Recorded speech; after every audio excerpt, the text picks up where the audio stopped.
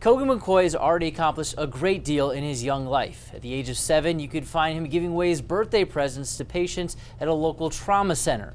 Now, as a senior at Delton Kellogg High School, Kogan's impact can mostly be seen on the basketball court. The Delton Kellogg boys basketball team is off to one of their best starts in school history. A big reason why? Senior captain Kogan McCoy, whose versatility and intelligence on the court helps lead the Panthers on a nightly basis. He does everything. He can shoot, he can dribble, he can rebound. So just nights where we're off, it's nice to have him as our weapon. He can do whatever. Kogan certainly has a knack for being in the right place at the right time, and not just on the basketball court. In 2011, Kogan and his family were driving back from a Michigan State basketball game when they witnessed a car slide off of I-69 and roll over into a creek. There was this woman, she was driving on I-69 and hit some black ice and went off the road. And my first thought was she needs to get help. A 12-year-old boy is being called a hero tonight for rescuing a woman in icy water. Without hesitation, Kogan jumped into action, pulling the woman out of the car and helping her to safety. I don't know how I would have gotten out without him.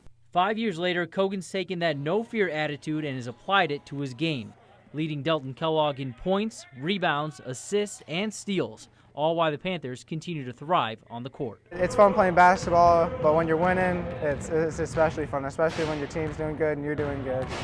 And when you can help your team win, it's like nothing else in the world.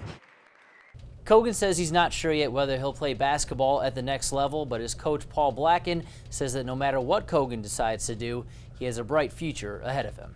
Reporting live in the newsroom, Eric Paree, News Channel 3. There's no Tom Brady and there's no Derek Jeter, not quite the same big names as 2016's signing of the Stars, but there's still plenty to be excited about if you're a Michigan fan, as the Wolverines have reeled in their best-ranked recruiting class since 2003. Now entering his third year as the Wolverines head coach, Jim Harbaugh continues to improve upon his recruiting classes. Now the only thing left to be seen is whether the talent from these young stars will translate to the field. Reporting from Ann Arbor, Eric Paree, News Channel 3. It's not every day that a football team from the Mid-American Conference is favored over a team from the Big Ten.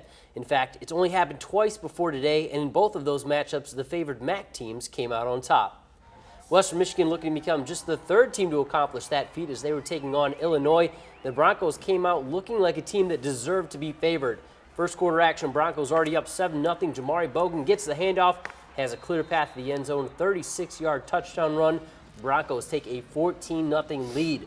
Then in the second quarter, Illini had the ball, but not for long. Wes Lunt gets hit by Eric Asau, who forces the fumble. Caleb Bailey picks up the ball, gets taken down at the 5.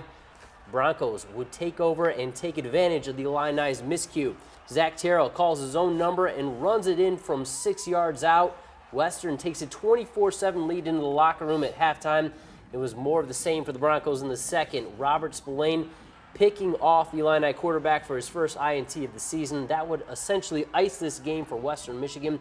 Broncos take down Illinois 34-10 and improve to 3-0 for the first time since 1994. With his first season as the Wolverines head coach under his belt, Jim Harbaugh is feeling a lot more comfortable at the helm and is ready to take Michigan another step closer towards a Big Ten Conference championship. In December of 1979, Joe Louis Arena opened to the city of Detroit and to the Detroit Red Wings. 38 years and 4 Stanley Cup championships later, time finally comes to say farewell to this historic sports venue. Certainly a bittersweet night here at Joe Louis Arena. So much history made in its time here in Detroit. But as we look to the future and the opening of the brand new Little Caesars Arena, we'll hope to carry over some of the memories and make some new ones along the way. Reporting at Joe Louis Arena in Detroit, Eric Paree, News Channel 3.